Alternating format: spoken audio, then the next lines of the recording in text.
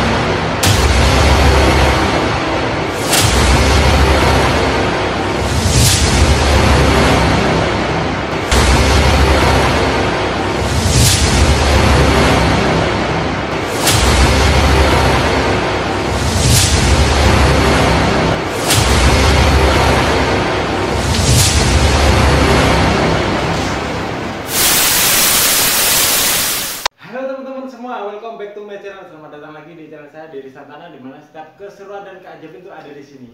Oke, untuk hari ini ya saya kedatangan tamu yang sangat spesial ya di studio saya. Ini ada Gus Haan, teman-teman ya.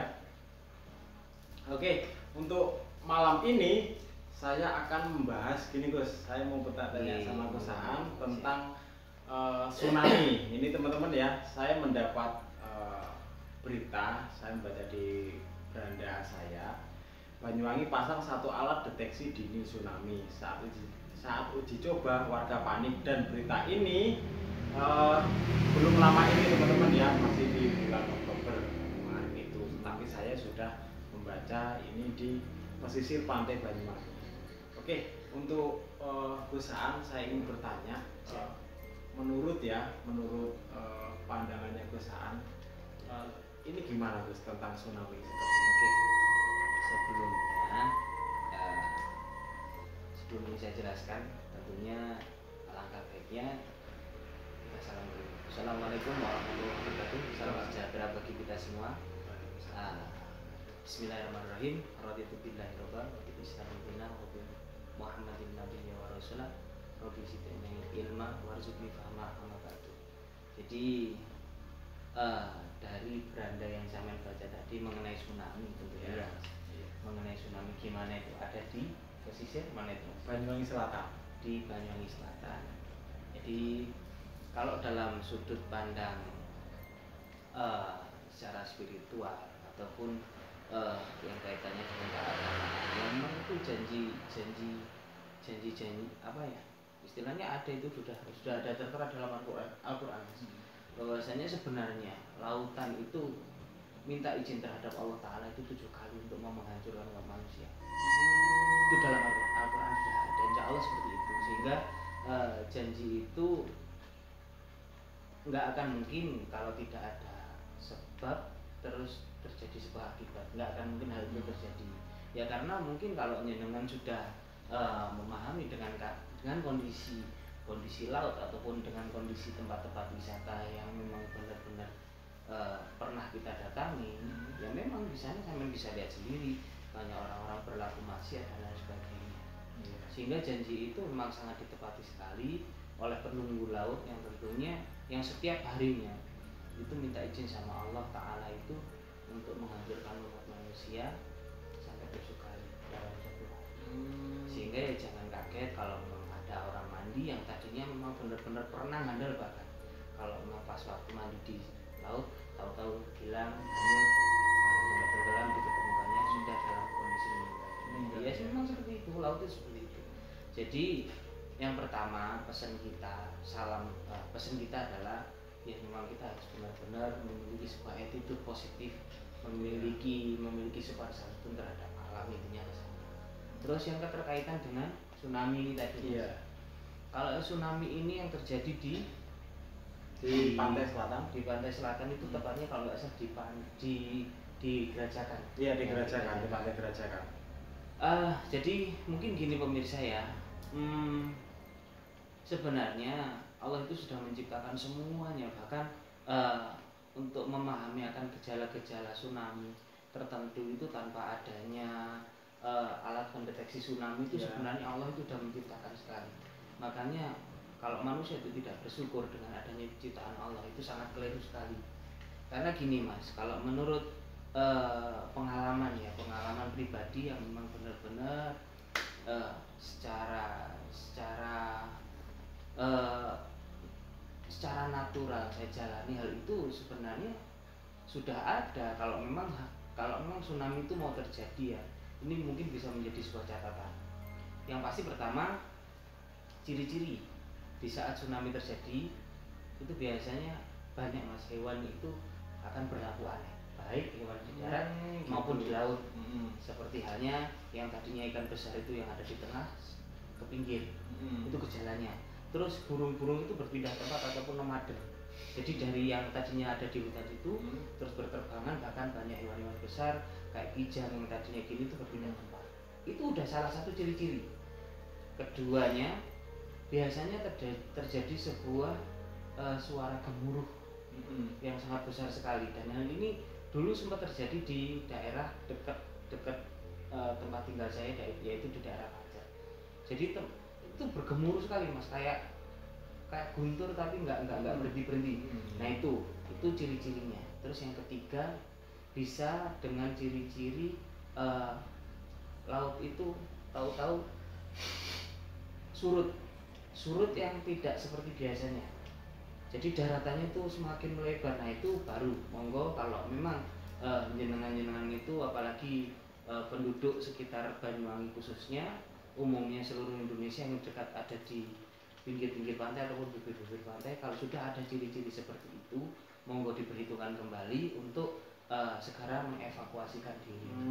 Karena ya memang alam itu sudah memberikan ciri-ciri sebenarnya. Cuman terkadang kita itu yang orang-orang milenial mempercayakan kehidupan kita, mempercayakan semuanya itu terhadap teknologi. Padahal teknologi udah ciptaan manusia, apalagi ada konsleting gitu, tanpa ada ciri-ciri khusus yang saya sebutkan. Yang ngapain terus mengevakuasi diri? Bisa dikatakan hal itu konsleting. Agak konsleting ya. Berarti gini Gus, kalau memang ya itu kehendaknya, nggak hanya di pantai Banyuwangi saja mungkin. Iya pasti itu di seluruh pantai akan seperti itu, gejalanya pasti akan sama. Karena gejala-gejala itu disebabkan karena apa Mas? Mungkin di dalam kedalaman bumi kita kan ada lempeng-lempeng khusus yang di dalam laut itu bergeser misalkan, itu juga akan potensi akan terjadi tsunami. Terus ada juga gunung di bawah laut, ada juga itu Mas. Itu kalau meletus juga potensi terjadi tsunami dan lain sebagainya. Dan mungkin itu ciri-ciri seperti itu bisa kita pelajari di instansi tertentu yang memang benar-benar akan mempelajari akan keilmuan bumi yang kaitannya dengan tsunami. Itu bisa kok untuk tahun-tahun seperti ini dengan mudah sekali kita bisa membaca ataupun browsing sehingga untuk pelajaran kita pribadi sebenarnya. Tapi yang pasti dan yang tentu gini Mas, kenapa hal ini sangat berkaitan dengan hal-hal spiritual? Karena apalagi yang kaitannya dengan gunung ya Mas. Jadi di dalam laut di Jawa ini, khususnya juga di seluruh kalangan nasional Mas, ada laut itu di bawahnya itu ada gunung.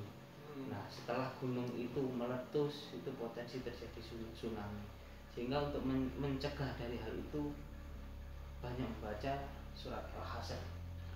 Nah itu salah satu ciri-ciri yang memang diijazahkan sama Allah, itu diciptakan di surat Al-Hasyr karena memang janji Allah itu kalau gunung itu mau meletus mendengar surat Al-Hasyr itu akan batal.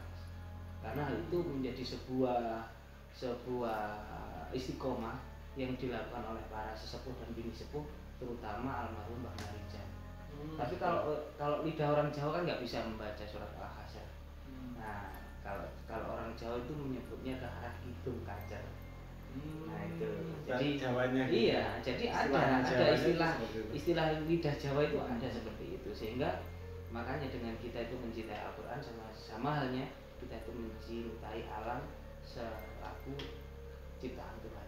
Kesimpulannya kalau kita mencintai ciptaan Tuhan, ya sama halnya kita itu juga mencintai Allah. Kesimpulannya seperti itu. Kalau orang saling mencintai, gimana konsepnya? Tidak akan terjadi sebuah missing link ataupun menyakiti satu sama lainnya sana. Tapi kalau memang saran saya seperti itu. Jadi kalau kita itu mau mempelajari agama, sehingga justru dari agama yang ada dan kita itu adalah orang yang berbudaya, maka jagalah attitude kita terhadap alam-alam tertentu yang kaitannya alam itu memiliki rahasia yang sangat besar sekali. Iya. Mungkin untuk Mas, apa itu namanya, untuk pesan-pesan buat teman-teman semuanya tentang ini kan masih apa itu Mas, masih berita gitu. Iya. Nah, terutama kalau pesan saya terhadap khususnya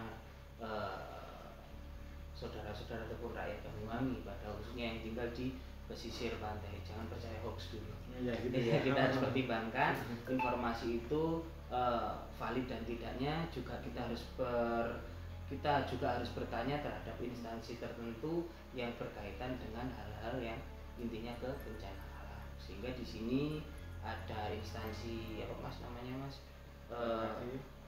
BMKG juga yang kantornya itu juga banyak kok di pesisir pantai, apalagi dengan banyaknya penduduk di situ pasti ada kok untuk satu tempat yang bisa kita adakan pertanyaan supaya kita itu mengetahui apa sih yang namanya tsunami. Bahkan misalkan terjadi alarm yang berbunyi itu bisa dipertanyakan dulu, jangan langsung kita itu mengambil kesimpulan bahwasanya tsunami itu akan, jangan dulu. Karena apa? Sebelum hal itu pasti ada kok gejala-gejala alam, pasti ada itu, pasti ada. Sehingga kalau pesan-pesannya yaitu ya jangan percaya hoax dulu. Terus kalau untuk masalah kehidupan kita jangan tendensikan terhadap teknologi lah Mas. Karena teknologi itu adalah ciptaan manusia. Tapi dan memang lebih baik ini guys, jaga lingkungan ya gitu. Ya pastilah jaga lingkungan sesuai dengan perundang-undangan yang ada di negara kita itu. Kita sebagai warga negara wajib juga melindungi akan keberadaan alam yang memang lingkungan dan alam sekitar yang memang kita tempati. Karena itu juga Bu Susi selaku mantan menteri, kegiatannya kesehariannya selalu bersih-bersih di pantai. Masa orang tua seperti itu bisa, kita yang muda nggak bisa, gitu aja lah. Intinya tetap menjaga lingkungan, terus jaga attitude, terus juga gini Mas, saya juga kan tempat tinggal saya kan dekat di pantai, dekat sekali dengan pantai, sehingga bagi orang-orang yang tidak mengetahui, oh ini laut ini ada palungnya dan tidaknya, mending tanya dulu di orang-orang yang paham akan laut sekitar, sehingga tidak terjadi apa ya, istilah tenggelam yang memang harusnya hal itu tidak terjadi, terus kok bisa terjadi. Dan sebelum hal itu terjadi dipertanyakan aja dulu, karena memang laut-lautnya banyak misteri. Tapi kok sebenarnya bisa kok. Ciloko ora mergo menungso, tapi ciloko mergo keputusan yang salah. Menurut saya seperti itu. Jangan percaya hoax. Oke. Intinya jangan percaya hoax gitu. Oke, itu tadi teman-teman ya, pendapat perusahaan tentang tsunami yang berada di Banyuwangi. Terima kasih buat semuanya yang sudah menonton video ini. Jangan lupa like-nya serta share teman-teman kalau video ini semoga bermanfaat ya. Terima kasih buat semuanya. Wassalamualaikum warahmatullahi wabarakatuh. Waalaikumsalam.